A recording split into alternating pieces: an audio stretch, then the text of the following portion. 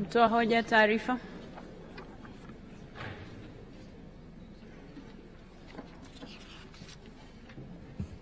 Mheshimiwa Spika, naomba kutoa taarifa kwamba bunge lako likikaa kama kamati ya matumizi limekamilisha kazi yake. Naomba taarifa ya kamati ya matumizi ikubaliwe na bunge. Mheshimiwa Spika, naomba kutoa hoja. Mheshimiwa Bunge, hoja imeungwa mkono. Asanteni sana. Na sasa nitawahoji waheshimiwa wabunge wanaoafiki hoja ya Mheshimiwa Waziri wa Uchukuzi kuhusu makadirio ya mapato na matumizi ya Wizara ya Uchukuzi kwa mwaka wa fedha 2025-2026 waseme ndio. Wasioafiki waseme sio.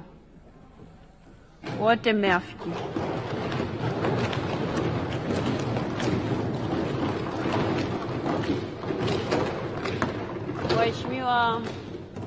Waheshimiwa wabunge, baada ya kuhojiwa na nyinyi kuitika ndio, sasa ni tangazo rasmi kwamba bunge limepitisha makadirio ya mapato na matumizi ya Wizara ya Uchukuzi kwa mwaka wa fedha 2025-2026.